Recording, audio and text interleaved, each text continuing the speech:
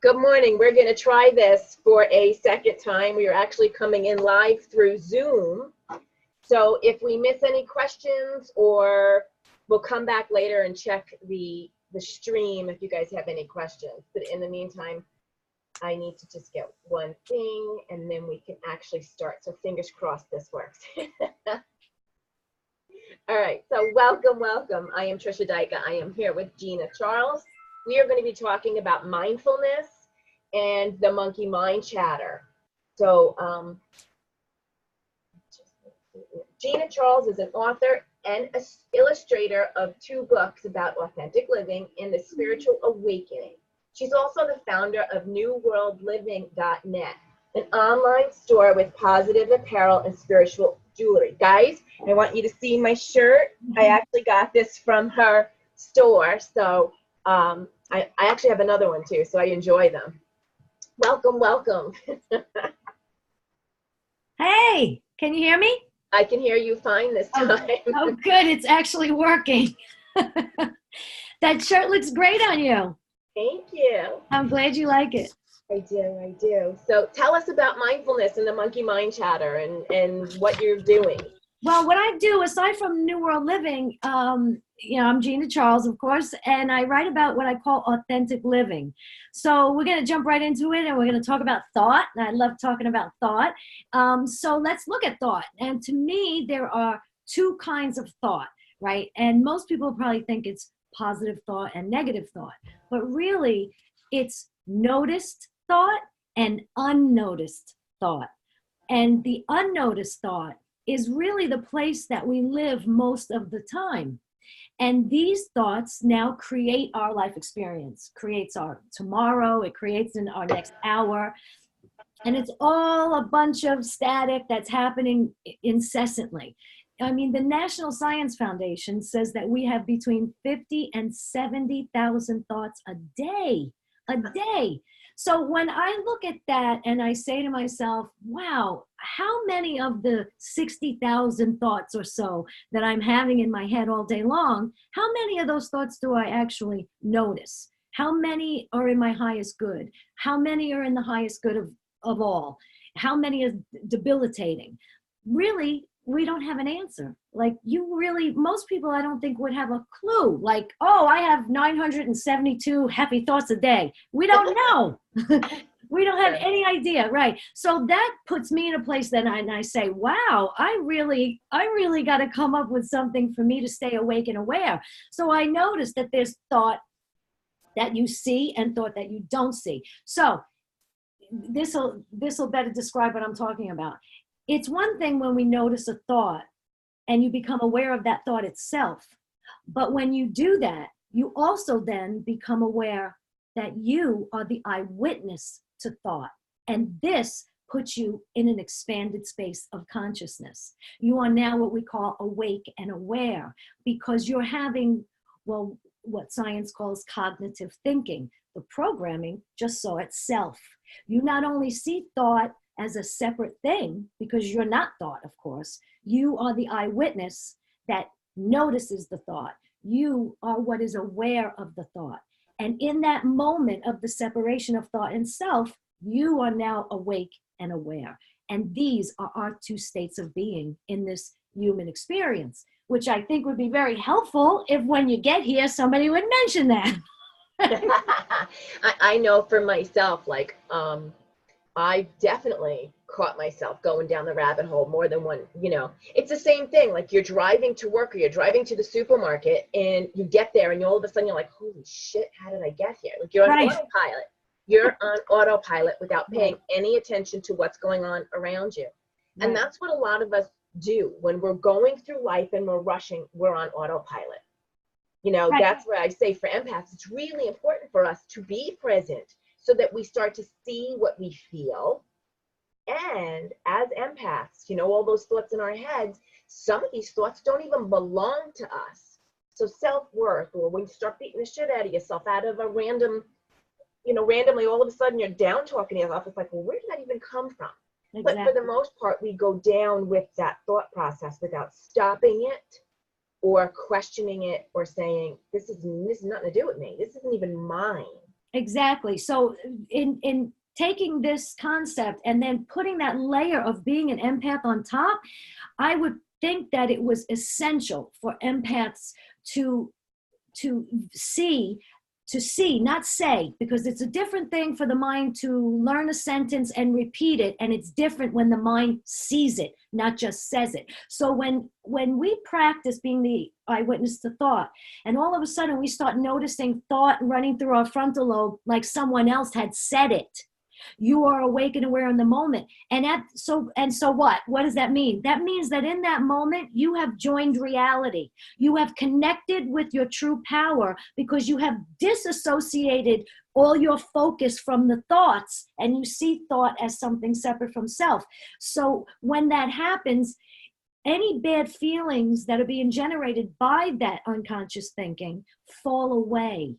That is a huge statement, and I will say it again. When you join reality and notice that the thought you're having, whether as an empath it's your thought or someone else's thought, when you see it as separate from self and you don't associate it as if it's yours, any negative feelings that might accompany that fall away, because now you're in your place of power, your true self as the observer, not the thing that's being had by thought.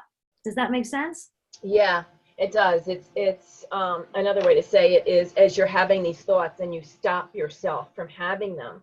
And you could do that. Like, I'm sure you have some kind of tool, but one of the tools that I use when my brain goes into overdrive and it's just making all these thoughts and I feel my heart racing and I feel my breathing, like getting that anxious feeling and my breathing shallow breaths. Like, these are triggers for me to know I'm down the rabbit hole and I need to pull back. And sometimes to do that, to shock me into present, we all know I love to curse. So I will create a funny curse word every single day. And I'll use that curse word, and say that so that it kind of jolts me and makes me giggle. So now I'm back to the present. Exactly. Yep. That's a state change, right? Tony Robbins talks about that. Sometimes he says these people had come up to him. This one woman came up to him and she was pretty much hysterical. Oh, my marriage. And he had a glass of water in his hand and he threw it in her face. I mean, that I would never do that to somebody, but that's an extreme example of, boom, a state change. So you're training yourself that when you feel bad feelings rise, you're learning that is to wake you up in the moment to recognize I am the awareness. This is thought, whether it's my thought or someone else's thought. And when I can see it, it's like the difference between being in a nightmare and going to the movies and watching the nightmare. It's two separate experiences. Yep. We live in the nightmare until we recognize we're the watcher of it, not the haver of it.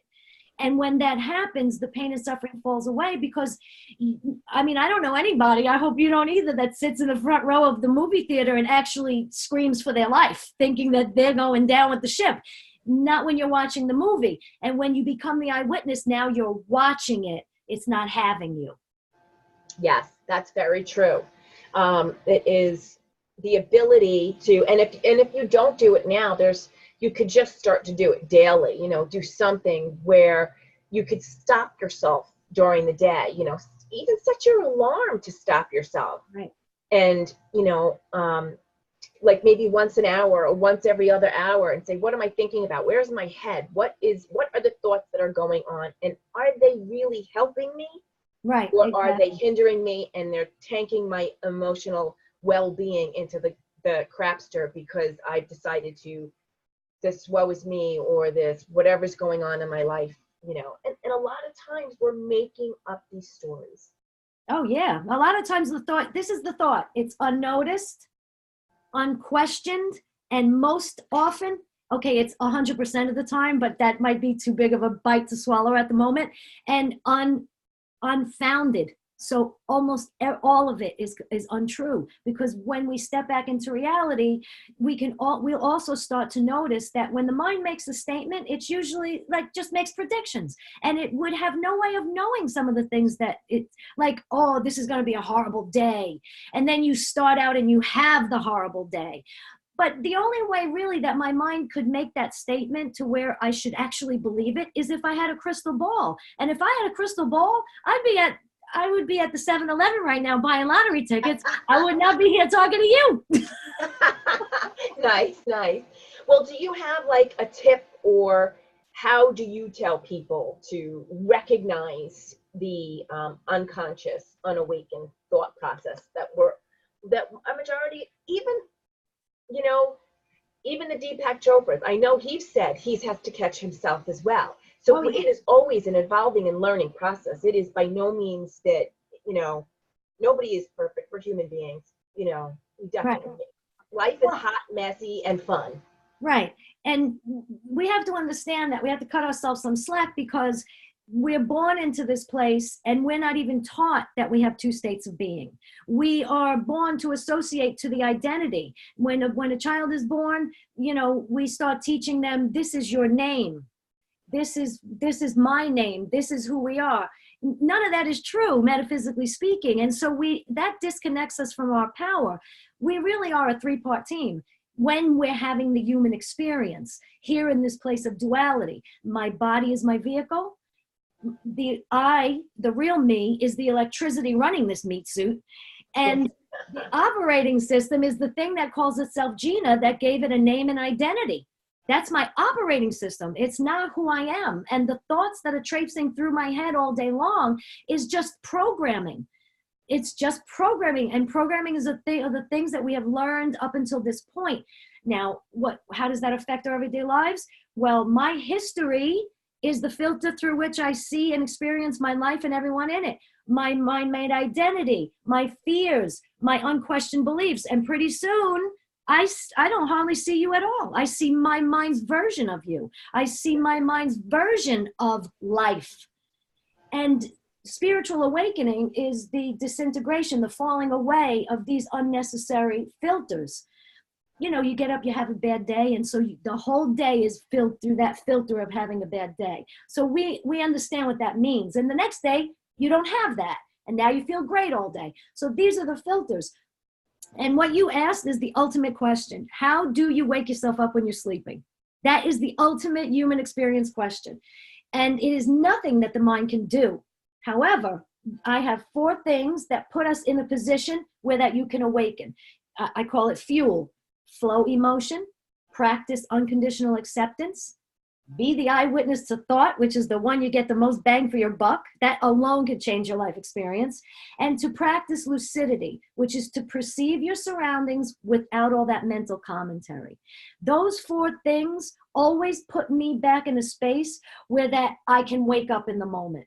Practicing those 4 things every time life sideswiped me and I'm on my knees trying to collect myself enough to just stand up again, like really dire straits, those 4 things have pulled me out of that space. So to ground yourself is another quick thing that you could do. So like when you're having those feelings that feel bad, you could stop to identify what are the thoughts that I'm having eventually, but that's not even necessary. What's necessary in the moment is to come back to your present moment. And I do tell people this. I go, how do your feet feel in the shoes right now? And they go, what? How do your feet feel in their shoes right now? Are your feet okay? Are they on fire? Are they burning? Do they hurt? No. My feet are perfectly fine. Well, then you're perfectly fine. You can give yourself an anxiety attack, but that's only because of what's happening here. But in reality, always check with your feet. If you're not on fire and your feet are okay, guess what? You are okay in reality. Right? The only way you could not be okay is to put all your focus on thought and not recognize that it doesn't belong to you, or that none of it really belongs to you. It's the operating system, not who we really are. So I say ground yourself in any way, like take a breath. Remember you have feet, and how do they feel in my shoes? These are things that it pulls you away from putting your focus on the thought, and it puts you back in the present moment, and then thought lets go of us. So once I started reading your newsletter and watching your videos and seeing what you post, I really had no idea what empaths go through. And when I read about it and learned about it, I said to myself, noticing that we have these 2 states of being and recognizing stepping out of thought and noticing thought has to be so powerful for somebody that is an empath. Yeah, that's very true. The one thing though, like we definitely are overthinkers. I know I am. And the other thing is actually having thoughts. I have thoughts that are definitely not mine. And sometimes if I'm not aware, I'm not being present to what's going on, I will take that on as mine, and it'll take me like, wow, this isn't even mine. Like this is irrelevant. And then the other piece as far as emotion wise is, so we've got our mind thinking, but then we've also got our body feeling. So even like I've had it where my mind's not even thinking, like I'm in doing something, I'm engrossed. And all of a sudden I feel my body kick up. I feel the energy rising. I feel like my heart start to pound, and I'm like, whoa, what just happened? Wow. So that's not like that. I am feeling anxiety rising. And like there was just recently an earthquake. I think the Middle East got it, but like you could feel that it's coming up, and your mind's not going. Right, but right. your body is feeling something energetically from a collective consciousness. Right. So there is definitely, for empaths, it's just not the mind, but we are definitely overthinkers, and we take on, like, we'll take this emotion of anxiety that we're feeling, and now the mind will also kick in saying, the reason I'm having this anxiety is a fight that I had with my mother 5 years ago. Who gives a shit? Right. It tries to reason. Yes, but it's trying to reason. It's trying to make up why your body, because otherwise, if you don't understand that you're an empath, now you're starting to feel crazy because like, oh my God, I'm feeling these feelings. That doesn't make sense to me. And I feel like the men in white coats are coming. And before I understood, I really swear to God, I thought the men in white coats were coming to my place. Sure, of course. But so there's definitely, I love what you're saying about fuel, because it's trying to bring that awareness. And I do love the, put a alarm on your phone so your alarm goes, and it's like, dude, where's your head? I used to put a little dot on my wrist. I Post-it note my whole life. I mean, I went around the whole, you open up the cabinet in the bathroom, there's a little Post-it note, stay awake. There's in the kitchen cabinet, are you awake? It's like in my closet, I had Post-it notes to get myself warmed up to practicing being the eyewitness to thought. And I had that little dot there. Every time I saw that dot, it made me check in and say, what were the last few thoughts I had? Oh, those thoughts actually were having me, because I wasn't really watching them. They were just talking. But you're like an antenna, because like you said, you don't just get thoughts, you get feelings as well. But I do think your feet could help you. Like if in that moment, if you just focused on the fact that your feet are safe and sound in the moment, which means you really are, it does something to the programming where that you become so much in the present moment that the negative feelings fall away. So I think that would really help. Yeah, it does. It's even physically going out there, grounding. I mean, you talk about a dot. I don't know if you guys can see that, but I've got on my wrist, it's love. So when I, it's another thing for me to say, where are you at? Right. Where are you at? So I'll look at it, I'll play with it, and I'll be like, none of this is anything to do with love. I'm so out there, it's not even funny. So it's another way to bring myself back to being present, because it is a habit. It's a habit. Oh, it's a habit. It's change. It's hardwired, because that's the only thing that we've been practicing that's like if someone tied our left hand behind our back our whole life, and then all of a sudden today they go, well, no more right hand, only your left hand. We wouldn't get through the day, because this muscle has never been worked. We've never tried doing that. So you do have to make a little bit of an effort in the beginning, and it's the best effort you will ever make in anything you will ever do in your life, is to get present in your own head, because now you're not control. There's the difference between the dream happening to you and you happening to the dream. And that's what we came here for, is to live awake and aware, and to manifest in awareness, not manifest the things that are going to wake us up, because that's our alternative. We are either lucid and manifesting in an awakened state, or thought is having us, and it serves one purpose: to awaken us. That's why we have fender benders, and that's why things happen that the mind deems negative. because they're all things to get us to do what that little dot does, to get us to do what that little post-it note does, to wake us up in the moment. I don't want any more of that shaking me awake. I would rather make the effort to stay awake on a daily basis so that I can live my life awake. When I go to the sink and wash a dish, I'm feeling my hands. I'm present in the moment. I'm not in my mind somewhere else, smacking somebody around that pissed me off. I'm right in the present moment. And that's it. From there comes all our power. There comes all our manifestation. There comes our positive tomorrow, as opposed to, something that's going to try to smack us awake. So yeah. thought we could talk about, and I'm sweating because I get so excited when we talk. Oh my God. That's funny. But it is exciting to say, hey, guess what? We have two states of being. And if you could understand that analytically, you will have an experience that rises independently from within, and you will experience that separation of thought and self. And once the mind sees that that's possible, you are now in the driver's seat, in the cockpit of your life. And now your life begins. Yes. And then another point I just wanted to add was, you'll also start to really see the negative aspect of where our mind is constantly, and then being present, and you'll notice how things start to flow and it's more positive versus that negativity. Like, we are surrounded by it. The news, being at work, if you work in, people are not happy. I was out driving, one morning, we were driving, we had to drop my husband's truck off, I think Monday, and it was 8:30 in the morning. I actually pulled over because I was like, I need gas. I'm pulling over and I'm going to jump into the gas station, because I was actually watching road rage right in front of me happening. And I'm like, and you could feel that road rage. And I'm like, wow, these people are way just take it back a bit, people. They're unconscious. They're sleepwalking. They're in rote mode. Like you said, they're on their way to work. They could close both their eyes and text like this and get there but on their own. Yeah. It happens. Sometimes you're going home and you take the route you usually take instead of taking the route you meant to take, because you're being controlled by unnoticed, unquestioned thinking. Yep. And that's who we meet in rush hour.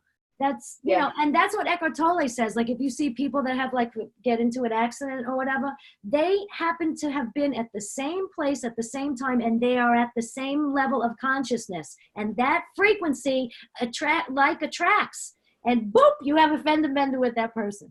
So everything depends on our level of consciousness in the moment. And what controls that is whether we're noticing thought or not. Yeah. That's true. This is not something I'm very proud of, but there was one day months and months ago, before I quit my job, I was on my way home and I had a shit day. I mean, it was like we were inundated. We had deadlines, we had this, and I did not check in. I did not use any of my tools. And I think I actually posted this in the group, but on the way home, merging, I almost got into a huge accident. I mean, I thank God the other person was paying attention, and I rolled down my window and apologized profusely, because it was totally my fault. And the traffic stopped in right in front of me, on the license plate was there. I started to laugh. I was like, the universe really kicked me in the ass on that one. He's like, dude, you are not paying attention. None of this is yours. You are rushing. You're not being present. And look. That's so, I mean, I got home and I was like, wow. I had a conversation with my husband. I was like, I was stupid today. And I told him, and he's like, well, you're rushing. You're so, I usually left work at 5:30. I think it was like 6:30, 6:45. It's like one of those days overall. And I could have handled that day better from, when I got into work, but I got caught on the monkey mind and I rushed and I was not present. And everything that I went through that day just spiraled deeper down the rabbit hole. Right. It was amplified. Exactly. And that's what happens. It picks up a momentum. And that's why we call it the crazy train, because eventually when it starts to hurt so bad from all that activity, it's already a speeding train. And as we know, we cannot stop a speeding train on a dime. We have to slow it down first. So you have to first realize that you were sleeping, which you did. And then the more present you stay in the moment, the slower the train gets, until eventually it pulls in and comes to a stop. But yeah, that happens. I mean, we just it gets momentum, and we just roll along with it. Yeah. Yes, it really is. It's so true. Is there any other tools or tips you'd like to leave, and then, you know, any information on how to reach you if they want? Sure. One of them that I found really, really good for me, it really, really put me in a different place in my life, was when I stumbled on processing my emotions. So very quickly, it sounds like something to do, but it's not really. It's just an allowing. So if we're having incessant thoughts, or we can't stop that monkey mind chatter, or we just feel really bad and we can't shake it, because sometimes when we get so into the momentum of it, it's very hard to cut us off from that. But one of the things that I find is that if it's something that's charged with emotion, I will sit here for even at a light, in an elevator. You could do it online at the store. See, that's the thing about fuel. It is a living meditation to be used in your everyday life. It's not just information to tuck away.